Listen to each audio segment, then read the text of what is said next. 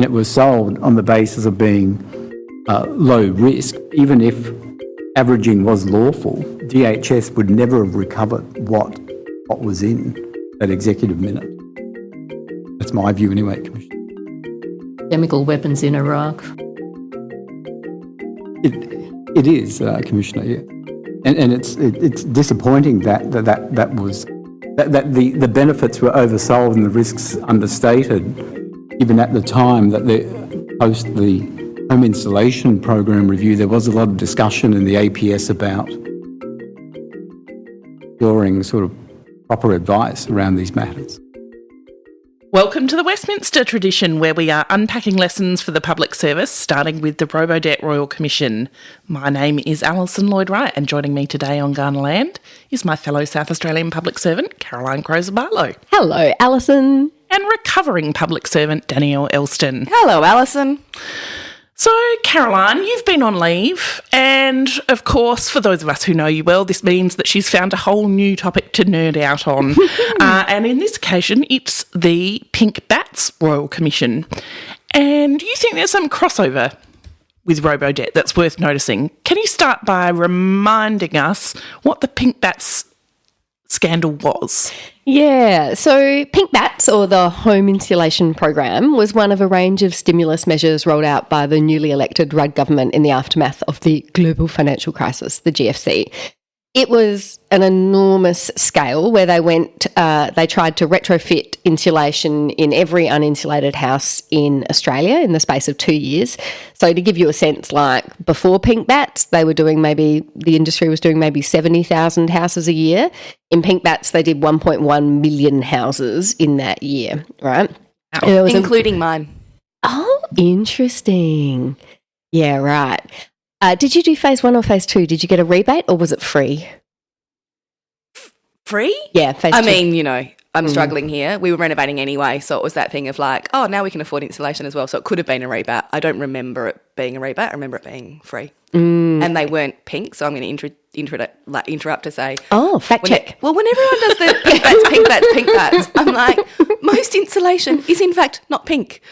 Like, anyway. It's true. Do we think there's a gendered... Anyway, I'm going to let that... Yes. So, the point of the insulation as stimulus was that it was about a focus on a low-skilled workforce, so you could get people who didn't have much by way of skills into jobs really quickly, and it led to a really significant rate of increase in that industry, obviously.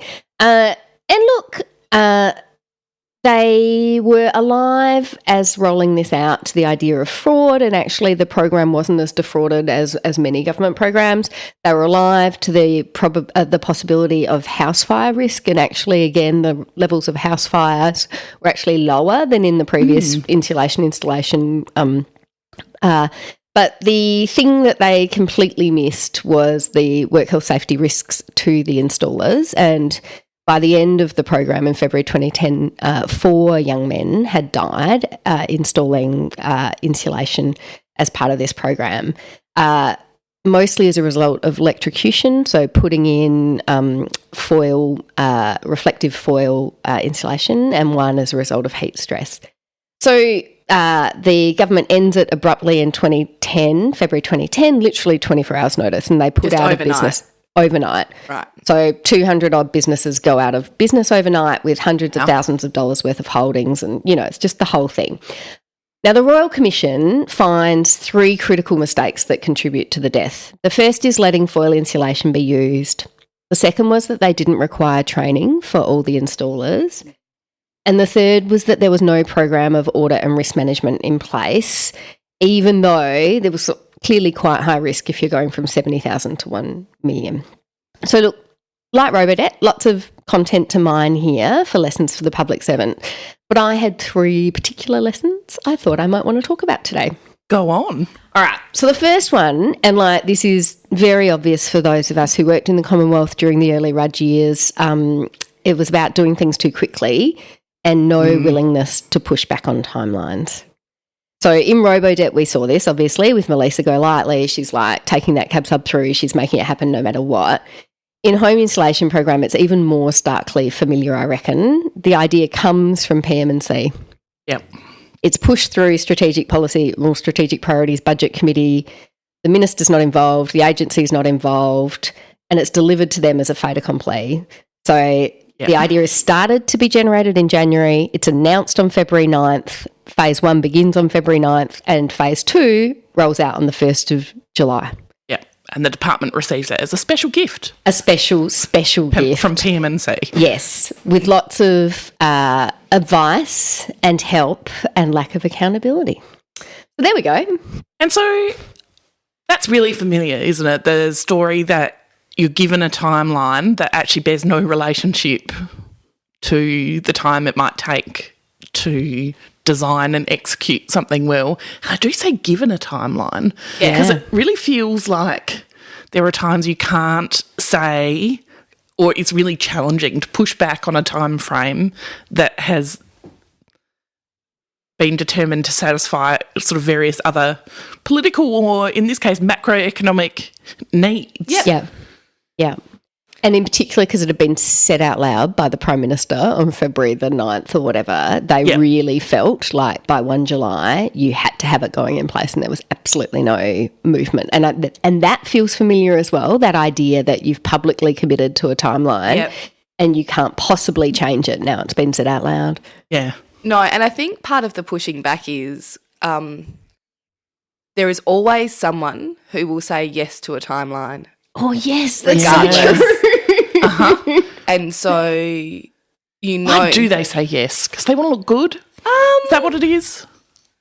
Sometimes it's like anything is possible. Sometimes it's just like genuine optimism, right? Like we get the right people around, we can do anything. And again, I know we often go back to COVID, but we have demonstrated that sometimes that can happen. Yep. And I think if you're the person who's like, am I going to be the one who says, I don't know if this is possible? You know there'll be someone else in the room who'll go, of course it is, don't worry about it, I've got it. Doesn't look you've great. Got it. In fact, was what they said in this case. But like, I do understand why you sound like the non-deliverer. Yeah. Like I pride myself on being a deliverer. Yeah. And to be the person who says, I spent this morning with paper napkins and worked back from this date and the tasks that need to be in, and it didn't work. And I tried magic, and I tried. I tried a time machine. Yeah. I tried like, okay, well, I'll get people from another agency. I've tried all the things I know. Yes. Yep. Yeah. I still can't make those dates and that list of things that need to happen work. Yeah. It doesn't sound good. And I reckon particularly in this sort of case where you've got a central agency full of obviously much smarter and much better people than you, just line agency person, it's particularly hard for line agencies to be heard on that kind of pushback because the kind of central agency vibe, and I say this with love because, you know, Alison and I did quite a long time in central agency land. Oh, that's true. Actually, we both are. Anyway, I was thinking about our time in Cabinet Office though, where it's like it's a very familiar vibe where you're like, yep, the agencies always say no. Yeah, always. And they actually so how mean, do you know which one is the right one? Yep, exactly right. And in the end, you know which one is the right one because you work out who's talking out their arse and who isn't. But like that takes time, and if you don't have those relationships, and if you've got other pressure, again, this was a macroeconomic rollout. Yeah, there was an imperative to go quickly. It doesn't mean that what you're probably about to tell us shouldn't have happened, but there was reasons for speed. Beyond I announced it and therefore it's happening, which is sometimes but the Royal Commissioner looks at this, and I've really, this has really changed something for me in the way I look at it, because he sort of looks at, yes, there was a need for speed, right, like 100%, but the idea that 1 July is the thing is ridiculous, right? Like the macroeconomic situation was not going to change whether it was 1 July or 1 September, which was probably the more plausible date for them to have a few things lined up. And so I think there's a part of that where, you know, if you're being Danielle in this context where you're the good line agency person saying, I can line this up. Yeah. There's a way where what they should have come back and said is, I can line this up, but for 1 September, and I'm going to do all the magic things I usually do to make things work really fast. But they didn't even do that. Yeah. Right. So they didn't even, because I was about to say, is this a case where you go back? We've been in these cases where you go back and you say, yep, I appreciate that we've committed to do it by this date, but it's not going to happen. Yeah. Or And they say, too bad, so sad, get it done? Or No. did they not even bring that advice? They did not even bring that advice, and they didn't bring it to their minister. Or the other magic government advice, which is we can kind of get it up on 1 July, Yes. but here are the chunky bits that are actually still a part of really turning it on that won't happen until 1 August and 1 September. So they didn't even... Well, no, of course, their problem was Try for they that. had already done that because phase 1 started on the 9th of February, which is Yeah. why I asked you about that rebate thing, Yeah, I right? remember. So they did So there get was an already interim. something, yeah. They were already doing the interim version Yeah, right. from phase 1, and they, I think, unreasonably felt that they had to get it done by 1 July. And of course, do you know what the police say in all of this testimony? No one ever told me. If they'd told me there were serious work health and safety risks, of course I would have reconsidered. That's sounding familiar Isn't again. it? Isn't it? Like that's sounding a little robo-daddy. Yeah, it really did to me. And I just felt there was something about the absence of gumption in the public word. servants. Me too. Yeah. Also, I love that product. But yes. Me too. Girl surprise. Yes. So there was something about that lack of gumption to put the politicians to the truth of what I think we all, with our eye rolls just there, suspect is schmarmy and insincere. Yeah. Yeah. But maybe it's not. Maybe if you do write down serious work health and safety risks, they will actually. Yeah. Yeah. My other one there is 1 July and 1 January. Yes. I'm not sure who wrote the rule book that said all our major initiatives have to start on 1 January and 1 July. So true. And I'm not sure why, like, the late December piece with the journo is always, what are the new things that turn on the 1st of January? But the 1st of February is as valid a date and as the 1st of January. And it's like something we just assume Yep. Yeah. it's 1 July or it's 1 January. And I'm like, calendar year, financial year, I get it. But it's not, It doesn't it make doesn't matter. Yeah.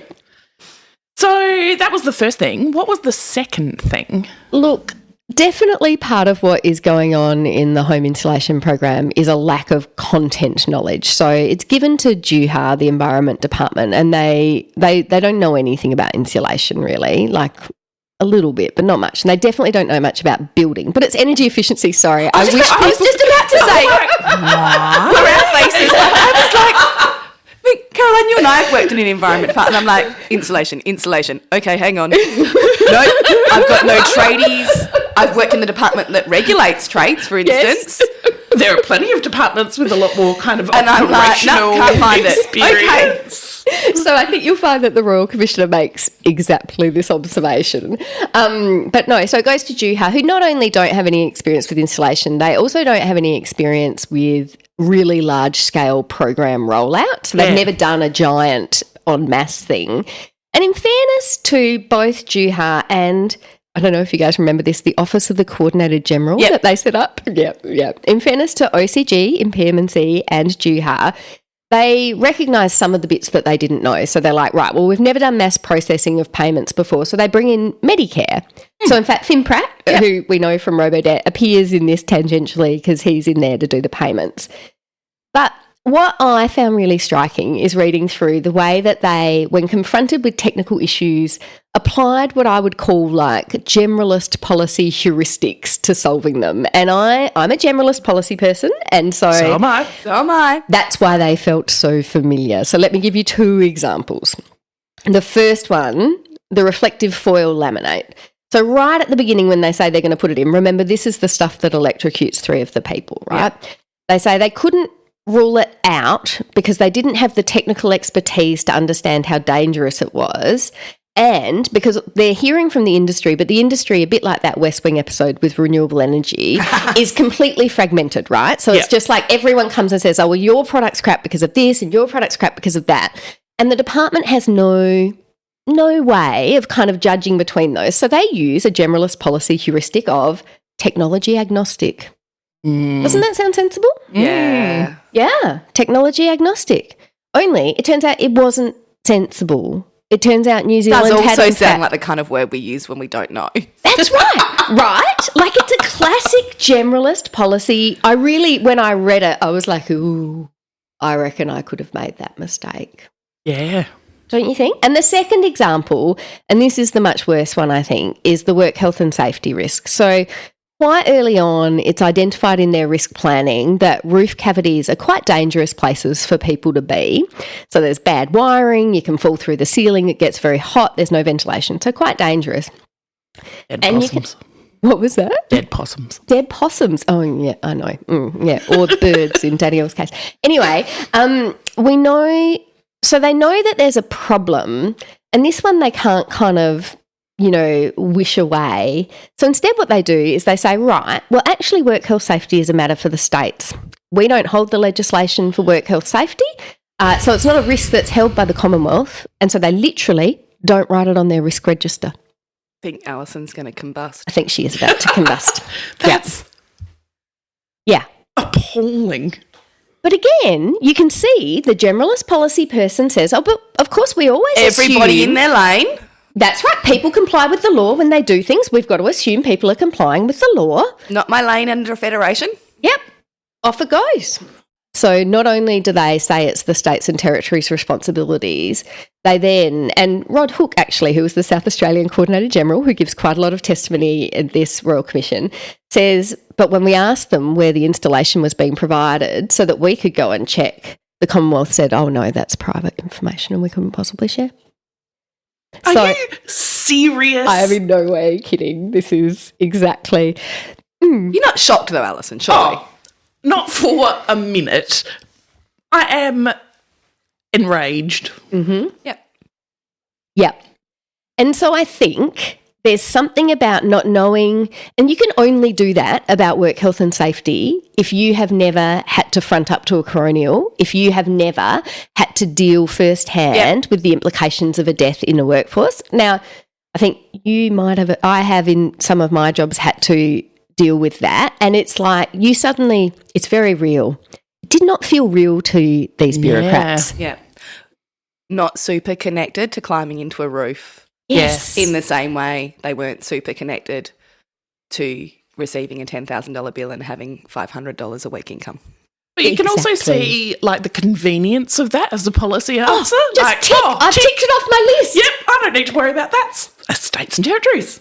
Exactly Great. right. Done. Can't you see it? I can just imagine the young EL1 thinking it's a genius answer because Yep. I've got to get this brief up and I need to be able to get this risk off extreme. Yep. There's Yeah. my answer. States and territories. States and territories. Away you go. Yeah. And so Joyous. I guess there is, as policy generalists, as we all are, a sense of familiarity in this one as well about saying all of a sudden I've overnight had to become an expert in something that I actually don't know terribly well. I'm under a huge amount of pressure to get something to Cabinet, to a minister, Yeah. and I'm just looking for logical, That's right. defensible, Yes. Both of them are. and both of them are Yep. Yep. ways of saying, of minimising the risk or apportioning the risk elsewhere. Yep. Yep. You know what it made me think of? Listeners might be familiar with South Australia's Big Battery. And after the statewide blackout, Premier Weatherall and Elon Musk sort of decided to build the world's biggest battery in South Australia at the time. And I remember I was working in energy around that time, and I remember sort of thinking, oh my goodness, I don't actually know how we're going to deliver this thing. Like it's enormous. And I was so impressed at the way that the South Australian government just mobilised. So they literally just brought in whole chunks of people from industry, but under very tight public service / industry experience leadership. Yeah. And it cost to implement, and, that's all on the public record, but it also succeeded. Yeah. And I remembered at the time, because I'd been doing some little planning on the back of an envelope thinking, if I was asked to do it, how would I do it? And I had scrabbled together a kind of, I get a little generalist policy team and I might do a little bit of blah, blah, blah. And then what was brought in was like a investment bank approach almost. It just felt so commercial and it was amazing and it was exactly the right thing. It was the moment where I was like, oh my God, you have to get the right skill sets. Yes. Sometimes generalist is not right. Yeah. Yeah. And the challenge of these, like, generalists, and particularly for the Commonwealth, is your colleagues aren't necessarily. Yes. They don't take complaints about building trades. Yep. They don't operate in this space. Yes. And so there's no one along the hallway that you go, oh, I'm thinking of going this way, what do you think? Yes. Who has a really different view because their form and function is all quite similar. Yeah. And I think that can often be a challenge for the Commonwealth, whereas, for the states, there's a lot more granularity to our functions. Yes. Yeah. And you can usually find an on-the-ground person, not necessarily super easily, but Who's done maybe it? not in quite the right sector, but an adjacent or... And so the Exactly. advice you're able to Analogous collect sector. up Yes. is much closer to the ground Yeah. than in the Commonwealth where, I mean, it's in the department, you've been through kind of the structure of it. So you're thinking about the types of people who are employed there. They're very good at lots of things. And there's no one on that floor Yeah. who can help with some of this stuff. So there's a paragraph in the Royal Commission report where the Royal Commissioner talks about how the team is comprised of people with expertise in museum management and an architect and someone who's delivered community programs in remote Aboriginal communities and so on, right? Oh, you've got to feel sorry for them, right? And like that's the tone of it is of pity because they do try to engage some consultants, but they're so far from the detail they don't even do the consultants right. You know what I mean? Like they don't even You've get got the to know right what people. you're actually asking for. Yeah, Exactly. So yes. Yeah, interesting. And you said 3 things. What was the third? So this is maybe my new obsession, which is collegiality. Again, the Royal Commission report really calls out this question of collegiality. So we've had a episode on this.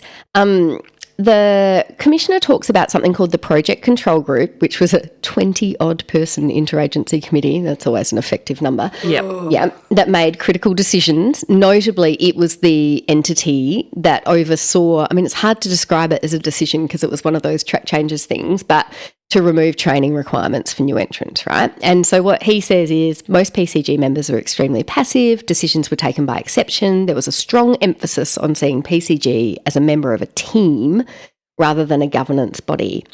And how that plays out is that even when really big decisions are made, so PM&C, for example, dictate through this process that they're going to go, instead of what Juha wanted, which was a sort of distributed delivery model where they would engage 12 big providers across the country who would then subcontract. And so those 12 big providers would hold all the risk. Yep. Actually not a stupid model, right?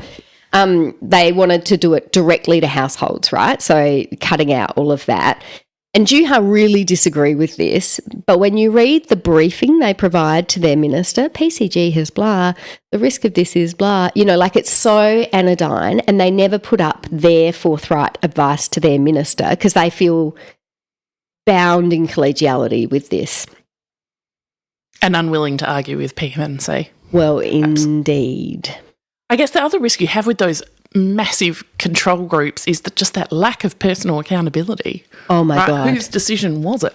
Yep. It was everyone's. And so it was no one's. And so it was no one's, exactly. Yeah, and we get back to that was a model. I'm sure I haven't thought about it for longer than reading your prep notes for today, Caroline, but there was probably lots of holes in a 12 control idea as well. Of course. There wasn't 2 ideas put up, 3 ideas, a contested space to allow a decision maker, a minister or a secretary to go, here is 3 with all of their Warts. all their warts, all of their opportunities. This one's faster, but it's got this one's slower, but it's got that. I think I'd like to see us get back into the space of putting up contested ideas more often. Yeah. And letting elected officials and or secretaries, it depends on what it is we're asking, whether it's cabinet or inside the bureaucracy, but letting decision makers make a decision with all the information. And actually the Royal Commissioner makes a recommendation exactly about that. And he says that one of the things that we need to build into the system in providing that kind of contestable advice is we also have to build in the level of comfort that ministers and seniors can go against advice. Yeah. Absolutely. Yeah. Yeah. Which is really hard though, right? Because I was thinking about some of the recent board appointments that have been problematic and everyone's like, oh, well, they went against the panel or whatever. And, that's the problem. Yes. Yeah. At the moment, we use it to kind of, it's used as a political football as opposed to a kind of balanced reasoning of I who took all made the what. information. I was empowered under whatever system we're talking about at the moment to make a decision. I read it all, and this is where I landed. I chose something else. I chose something else. And so what you end up doing is trying to figure out and anticipate. We've talked about this a lot, the anticipating what we think the answer should be instead of the taking the brief and providing the advice. We anticipate what we think the answer will be and retrofit around that instead of going, well, there's 3 ways. Yeah. And they're all valid. Yeah. Yeah. Yeah. And that it's perfectly safe for decision makers not to act on the advice that they are given, provided that they identify Yes. sort of what advice they are acting on and or why they've disregarded the advice they've been given, right? Good file notes. Good file notes. Oh, my God. This is like tattoo it across my forehead. Yeah. It's true. Which I think is where some of these decisions you're talking about have run a cropper because they haven't necessarily had good alternative justifications for why they went against the panel advice. Or That's true. That is fair. Which is all doable. Yeah. It is. That is very fair. And just a last point on that collegiality. There's a couple of paras in the report that I just wanted to call out, and we'll post them in the show notes.